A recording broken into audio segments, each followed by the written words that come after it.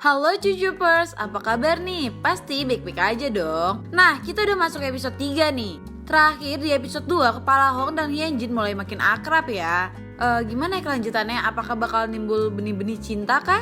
Nah, daripada basa-basi nih aku banyak omong ya. Langsung aja kita bahas.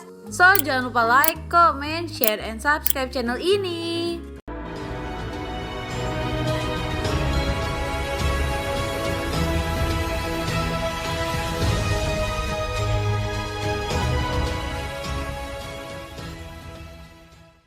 Di awal episode dimulai dengan memperlihatkan warga Gonjing yang sedang bahagia. Lalu Kepala Hong ia langsung teringat dengan kejadian kemarin. Nah ternyata guys, isi paket itu adalah baju. Jadi Hyunjin itu dapat undangan dari temannya yang di Seoul. Karena Hyunjin gak mau direndahin nih nantinya, makanya dia beli berbagai banyak baju yang terlihat mahal dan glamor. Hingga dimana Pak Hong harus bolak-balik mengantarkan paket ke rumah Hyunjin. Ia juga memberitahu Kepala Hong kalau ia akan ke Seoul hari Minggu.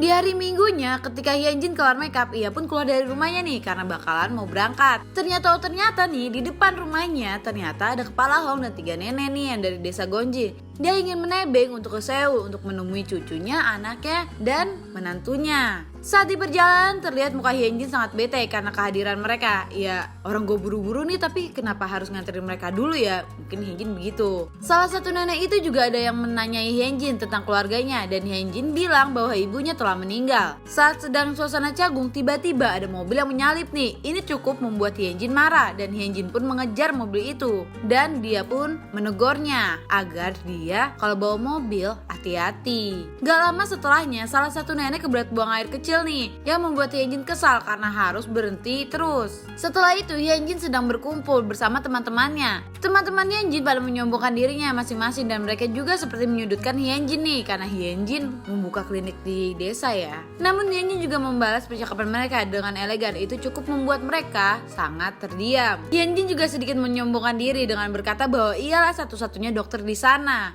Saat keluar dari gedung itu, Hyunjin melihat seorang anak yang sedang diantar ibunya untuk berbulan madu. Kayaknya Hyunjin iri dan rindu dengan ibunya. Kalau Kepala Hong pun datang menyapari ia dan meledek Hyunjin yang iri dengan pengantin baru. Hyunjin yang melihat Kepala Hong pun panik ya, takut ada temannya yang melihat ia dan Kepala Hong. Ternyata Kepala Hong menyampaikan Hyunjin untuk mengambil ponselnya yang tertinggal di mobilnya Hyunjin nih. Hyunjin mengajak Kepala Hong untuk pergi dari situ menuju mobil, namun siapa sangka ada temannya Hyunjin yang memfoto mereka berdua loh. Akhirnya Kepala Hong pun nebeng Hyunjin lagi untuk pulang ke desa Gonjing. Saat Kepala Hong menawari Hyunjin gantian nih bawa mobilnya, tapi Hyunjin menolak karena dia tidak suka barangnya dia tuh disentuh sama orang lain.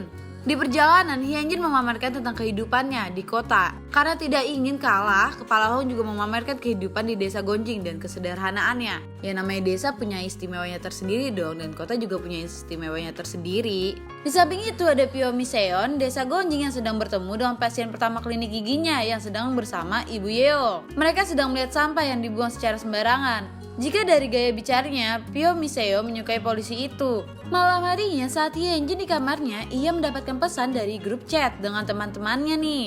Di mana temannya mengirim fotonya dengan Kepala Hong tadi. Awalnya Hyunjin kaget, namun saat melihat teman-temannya yang meresponnya dengan menyebut Kepala Hong sangat ganteng dan memujinya gitu loh. Hyunjin pun langsung berbohong dengan bilang ke mereka kalau Kepala Hong itu bukan pacarnya, tapi orang yang mengejar-ngejarnya. Di satu sisi juga ada Kepala Hong yang sedang teringat kejadian tadi di mobil. Saat ia tidur ternyata Hyunjin menurunkan kursinya agar ia nyaman untuk tidur. Baik banget ya Hyunjin. Kepala Hong pun terbangun dari tidurnya karena mimpi buruk, lalu ia meminum obat penenang nih. Kira-kira Kepala Hong punya masalah mental apa nih ya? Soalnya dia punya mimpi buruk dengan kegelapan aja kayaknya.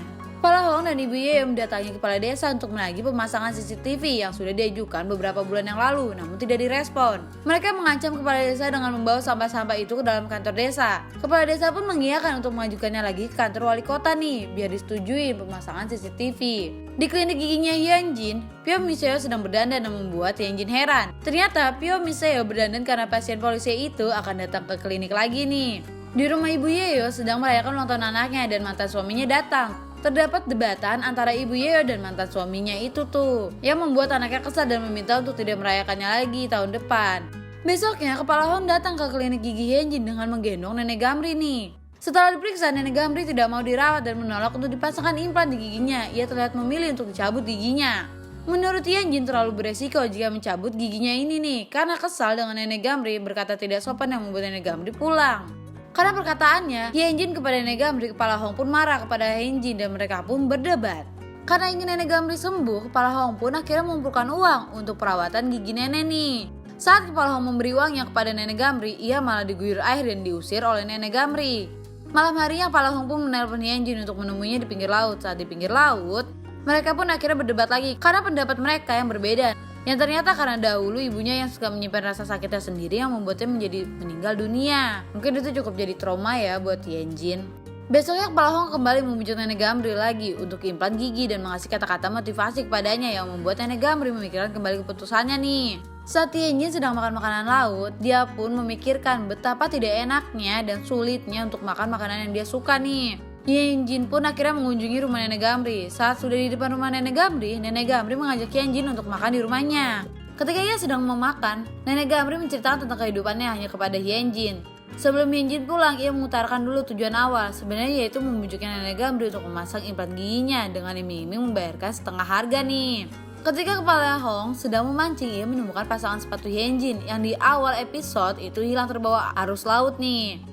Akhirnya CCTV pun terpasang walaupun telat dan Ibu Yeot berdebat lagi dengan mantan suaminya. Sedangkan kepala Hong yang melihat itu hanya tersenyum saja. Klinik Hyunjin kedatangan pasien yaitu Nenek Gamri. Ia akhirnya mau masang implan gigi nih. Setelah selesai pemasangan implan, ia minta kepala Hong untuk mengantar bubur. Sambil berlari masuk ke dalam rumah Nenek Gamri, kepala Hong panik. Ia kira Nenek Gamri kenapa-napa nih. Sampai di sana ia malah senang saat tahu Nenek Gamri sudah memasang implan. Nenek Gamri memuji Hyunjin dengan bilang bahwa Hyunjin adalah orang yang baik hati walaupun terlihat keras.